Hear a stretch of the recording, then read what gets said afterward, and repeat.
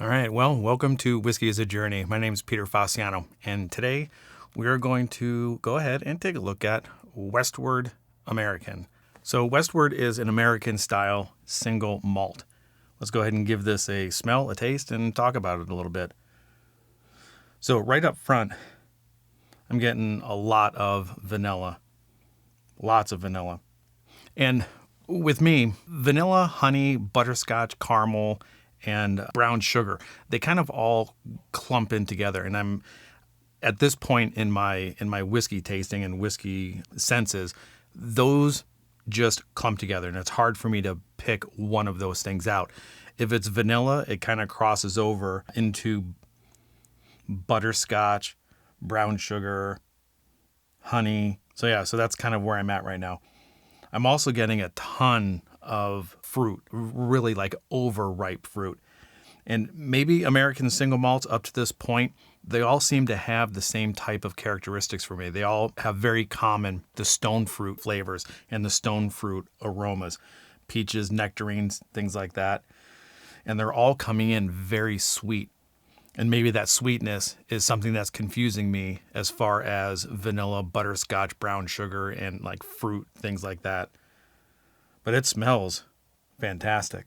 And before I actually get into the taste on this, I want to make sure that you guys understand that this is Westward and not Westland. So Westland is coming out of Seattle, Washington, and these guys are out of Portland, Oregon. So very similar name, but very different American single malts. All right, so let's go ahead and give this a taste. Right over the tongue, tons and tons of just this fruit flavor. Very sweet, very pleasant. Coming in at 45 ABV, 90 proof, not a whole lot of burn at all. Wow. That aftertaste, I'm getting chocolate or like cocoa, like a semi-sweet chocolate, like a little bit of like dusty, like you're making cookies or something like that, and you throw the cocoa in there, and that dust kind of gets in the air. It's just like lightly, it's there.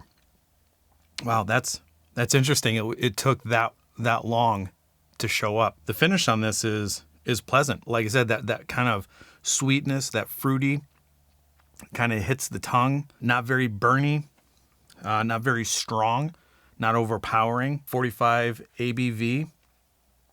It's that's easy. That's easy going down. Very easy going down. Going back to the smell. Yeah, I still get that huge amount of fruit, that vanilla, caramel, butterscotch, brown sugar. Taking a look at the bottle, while this kind of gets me thinking about this a little more. This bottle is really cool looking. It's kind of very Macallan-esque. Has that shoulder diamond kind of, well, here's the Macallan right here. Kind of has that, the shoulder coming out, little diamond shaped here. Very cool looking bottle. When I picked this up and looked at the Macallan, that just kind of reminded me of that. The coloring on this is spectacular. Now, again, that whole point of chill filtration and natural color, I'm not there yet to really say one way or another whether I care or not. I know that they had a previous addition to this before they actually changed the label and everything. I think it was cast strength, and on the label, it was written non-chill filtered and no color added. Now, I say this with the most amount of affection possible. When I associate or think about Portland, Oregon, I think about a bunch of hippies. And that's a good thing. It's not bad. And I would imagine that if this didn't have natural color, or if this wasn't natural color, and if this wasn't chill filtered, they would say it on the bottle. So I'm just assuming that they are putting E150 in this, and it's also chill filtered, especially at 45%. I believe the magic number for non-chilled filter is 46 ABV. So that's just my guess. My opinion, my guess. If you guys know anything different, go ahead and post it down below. I don't know any different to even care. If it looks good and it tastes good, it's good with me. Going back to the nose, yeah, still good, still fruity, still sweet. On that second taste, I'm getting a lot of spice.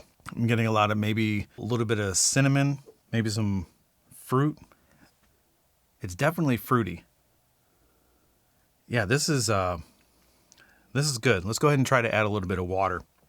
And I'll let it sit for a little bit, and I'll talk a little bit more about some of the information that I got. Not a lot of water, maybe 2 or 3 drops. See how this goes. Christian Kogstad is the founder, and he's the master distiller. And then the blender and head distiller is Miles Monroe. Both of these guys are coming from a brewing background. And they're saying, and I think I saw in an interview, Christian Kogstad said that they come at this as brewers. So they're looking at this, they're brewing it like an ale, they distill it like a single malt, and then they age it like a bourbon. This is aged somewhere around 3 to 5 years. This is a non-aged statement, so there is nothing on here saying how old it is, but I believe it's somewhere around 3 to 5 years. And they use new American oak, so I'm guessing it's not going to stay in the barrel very long. I think that's where that angle of aged like a bourbon. They don't want a whole lot of wood notes coming into this. So if they're using that new charred oak, and I believe they're using like a medium char, they don't want that barrel influence to come across. Double pot distilled, and they're using brewer's yeast or ale yeast in this. And the barley is the double row barley. So let's go ahead and see what the water did to this, if anything at all. Well, it calmed down the nose, that's for sure. I don't have that overripe fruit, that sweetness any longer. Let's go ahead and taste. Nothing more on the taste. Actually subdued everything, calmed everything down. I personally would not add water to this, knowing what it doesn't do to it or what it actually does to it. It just kind of flattens everything. Not a whiskey I would actually put on the rocks or put water in. Just enjoy it the way that it is. And I've got to say, this does suit my palate. Right at this point, with all of that fruit, with all of that butterscotch or caramel, and there it is again. That's crazy. That chocolate takes that long to come across on the finish. That's amazing. Maybe even a little bit of, I don't want to say tobacco, because tobacco to me is just off-putting, but there's I don't know, chocolate, like a smokiness to it a little bit. Dark chocolate, cocoa. That's crazy that it takes that long to show up. This is great. So I'm guessing the finish on this one for me is long lasting. I mean, especially taking that long for that chocolate note to show up. Very, very good. All right, so just finishing up on this. That whole fruit, that whole butterscotch, caramel, brown sugar, stone fruit maybe. And that finish is just killing me. The cocoa, the chocolate that comes through, the dark chocolate that comes through. No bitterness. Very easy, no burn. Very pleasant tasting. I'm coming from Arizona, Phoenix, Arizona, and the big box stores are selling this for around $70. All right, so that's going to do it for me for today. If you guys know anything about Westward, or if you've experienced the Westward Single Malt whiskey, go ahead and put some comments down below. If you're not a subscriber to the channel, go ahead and subscribe to the channel if you're digging this. If you know somebody in the whiskey world that is interested in this kind of content, go ahead and share it with them. If you do subscribe, go ahead and click on that bell notification, so when I go live with my next video, you guys will be notified. That's where I'm going to leave it. Enjoy your journey. We'll see you guys in the next one. Bye. I want to get that finish again.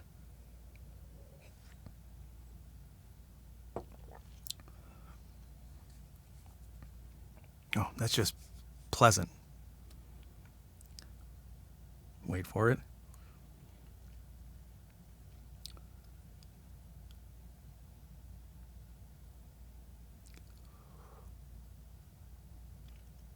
There it is. That's chocolate. That's chocolate all day. That just kills me. Wow.